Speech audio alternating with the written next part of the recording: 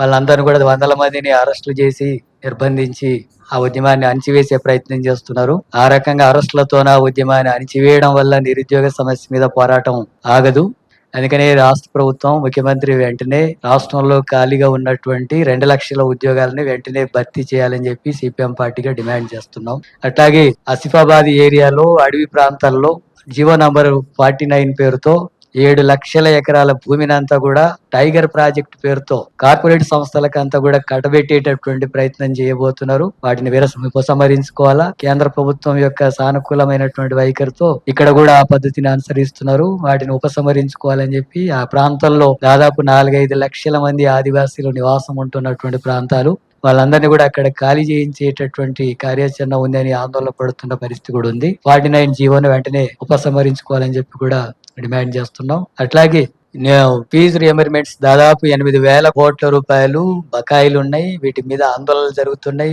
విద్యార్థి సంఘాలు కూడా ఆందోళన చేస్తున్నాయి. అయినా ప్రభుత్వం నిధులు కేటాయించడం లేదు. దానివల్ల వాటిలో చేరినటువంటి విద్యార్థులకు ఆటంకంగా మారింది. ఆ సమస్యను కూడా పరిష్కారం చేయాలా. అట్లాగే ఎస్సీ ఎస్టీ పిల్లలంతా కూడా బెస్ట్ అవైలబుల్ స్కూల్స్ లో చదువుకుంటున్నటువంటి వాళ్ళది 2 సంవత్సరాల నుంచి 154 కోట్ల రూపాయలు పెండింగ్ లో ఉన్నాయి. అవి విడుదల చేయడం లేదు. అక్కడ ఆ విద్యార్థులను అక్కడ నుంచి నిలిపివేసేటటువంటి పరిస్థితులు నెలకొన్నాయి. ఆ కుటుంబాల సభ్యులంతా కూడా ఆందోళన పడుతున్నారు.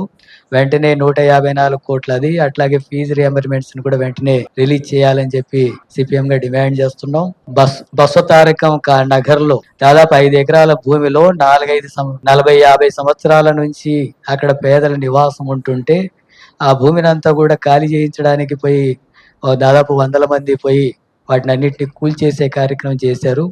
రేవంత్ రెడ్డి ప్రతిపక్ష నాయకుడిగా ఉన్నప్పుడు నేను అధికారంలోకి వస్తే ఇక్కడ మొట్టమొదట మీకే ఇండ్లు కట్టిస్తానని చెప్పి వాళ్ళకి హామీ ఇచ్చి వచ్చాడు.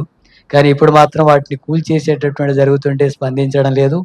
కాంగ్రెస్ పెద్దలు, బీఆర్ఎస్ పెద్దలు, బీజేపీ పెద్దలంతా కూడా దీంట్లో ఉన్నారు అనేటటువంటి పరిస్థితి వస్తుంది. అక్కడ 1 ఎకరా 100 కోట్ల రూపాయలు పైగా ఉన్నటువంటి ప్రాంతం. ఆ పేరుతో పేదలను ఖాళీ చేసేటటువంటి ప్రభుత్వ భూమి అది. కానీ ఇప్పుడు ప్రైవేట్ అనే పేరుతో తప్పుడు పత్రాలు సృష్టించి ఖాళీ చేసేటటువంటి ప్రయత్నాలు చేస్తున్నారు. ఇది సరైనటువంటిది కాదు.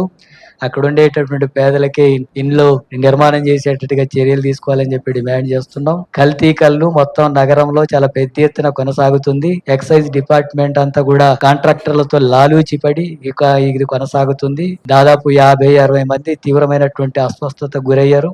7 మంది చనిపోయారు. 11 మంది డయాలసిస్ చేస్తున్నటువంటి పరిస్థితి ఉంది. ఇదంతా కూడా డ్రగ్స్ ను అణిచేస్తాను, ఉక్కుపాదంతో అణిచేస్తానని చెప్పి ముఖ్యమంత్రి రోజు మాట్లాడేవాడు. కానీ కల్తీ కళ్ళు తాగడం వల్ల ప్రజలు చనిపోతుంటే దీని గురించి మాట్లాడడం లేదు ముఖ్యమంత్రి. దాన్ని అరికట్టేందుకు చర్యలు తీసుకోవడం లేదు. నామమాత్రంగా ఎక్సైజ్ సిఐ మీద కొంత చర్యలు తీసుకోవడం తప్ప ఇది జరగలేదు. అందుకని ఆ కుటుంబాలను ఆదుకోవాల్సిన అవసరం ఉంది. కల్తీ కళ్ళను అరికట్టేందుకు చర్యలు తీసుకోవాల్సినటువంటి అవసరం ఉంది. ఈ రకమైనటువంటి పద్ధతుల్లో ప్రభుత్వ వ్యవహారాలు ప్రజలకు వ్యతిరేకంగా వ్యవహరించేటటువంటి వైఖరి కొనసాగుతుంది. వాటిని ఉపసంహరించుకొని ఇచ్చిన హామీలను అమలు చేసేటట్టుగా చర్యలు తీసుకోవాలా. రేపు 14 నుంచి రేషన్ కార్డులు ఇస్తామని చెప్పి చెప్తా ఉన్నారు. కానీ చిన్న చిన్న కారణాలతో చిన్న ఇల్లుండి ట్యాక్స్ కడుతున్నారనే పేరుతో ఇళ్లకు అనర్హులు అనే పేరుతో వాళ్ళని రిజెక్ట్ చేస్తున్నారనేటటువంటి తెలుస్తుంది. అర్హులైనటువంటి పేదలందరికీ కూడా ఖచ్చితంగా ఇందిరమ్మ ఇండ్లు ఇవ్వాలని చెప్పి డిమాండ్ చేస్తున్నాం. ఈ సమస్యలన్నిటి మీద ప్రభుత్వం సరైనటువంటి పద్ధతుల్లో స్పందించి పరిష్కరించకపోతే సిపిఎం పార్టీ పెద్ద ఎత్తున ఆందోళన పోరాటాలకు పూనుకుంటుందని చెప్పి కూడా హెచ్చరిస్తున్నాం.